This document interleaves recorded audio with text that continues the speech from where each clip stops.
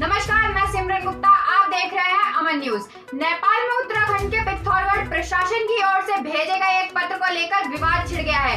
धारूचला के एसडीएम अनिल कुमार शुक्ला ने एक पत्र लिखकर नेपाल के जिला प्रशासन से अपील की थी कि नेपालियों को भारतीय क्षेत्र में अवैध तरीके से घुसने से रोकें। नेपाली मीडिया की रिपोर्ट के मुताबिक पत्र में कहा गया है कि धारूचला जिला प्रशासन को सूत्रों के हवाले से खबर मिली है कि गुंज, कालापानी और लिम्पियाधुरा में नेपाली चोरी छिपे घुस रहे हैं। धारूचला से अलग नेपाल के सीमाई जिला के प्रशासन को लिखे पत्र में कहा गया है कुछ समूह अवैध तरीके से सीमा पर करने की कोशिश कर रहे हैं और मीडिया का ध्यान खींचने के लिए गुंज, कालापानी और लिम्पियाधुरा में घुस रहे हैं।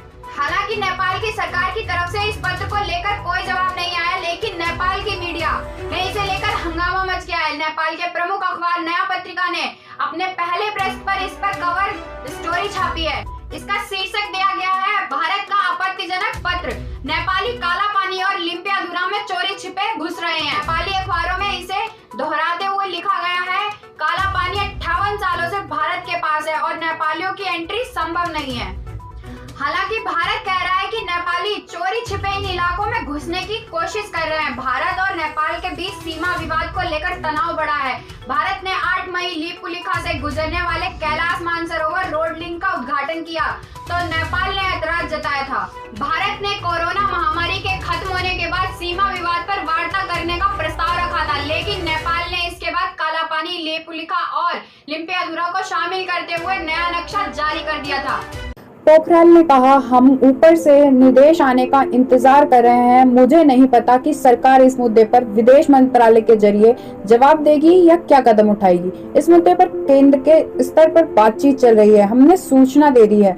नेपाल के विदेश मंत्रालय के एक अधिकारी ने नया पत्रिका से कहा, हमें इस पत्र की जानकारी है। सीमा विवाद को राजनीतिक और कूटनीतिक तरीके से सुलझाया जाना चाहिए और इसे लेकर चर्चा चल रही है। विदेश मंत्रालय के अधिकारी ने कहा, नेपाली दर्शकों से लिम्पियाधुरा नहीं गए हैं और अब वे अचानक आने की कोशिश कर रहे हैं। हमें अपमानित करने और उकसाने की कोशिश की जा रही है। नेपाल को इस समस्या का समाधान गंभीर कूटनीतिक कदमों के जरिए करना चाहिए। नेपाल के नक्शे जारी करने के बाद अब वहां के अधिकारी भारत में नेपालियों के अवैध तरीके से प्रवेश करने को सही भी ठहराने लगे हैं। नेपाल के एक अधिकारी शरद कुमार पोखरेल ने नया पत्रिका से कहा, इसमें कोई शक नहीं कि भारत ने जिन इलाकों का जिक्र किया है वे नेपाल की जमीन है।